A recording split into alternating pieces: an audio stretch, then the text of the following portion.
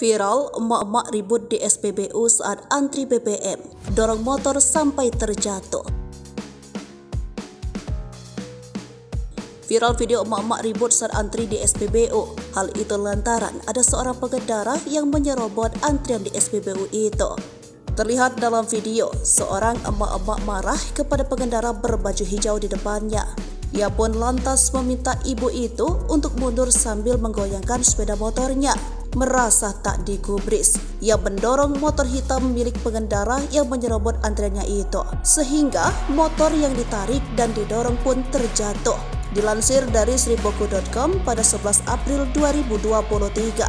Dari laman Instagram @memo_medsos, emak-emak tersebut emosi lantaran ibu itu menerobos antrian di SPBU. Tak lama kemudian, datang dua orang pria yang membantu untuk melerai keributan yang terjadi antara emak-emak tersebut. Video tersebut kemudian menarik perhatian warganet di dalam kolom komentar.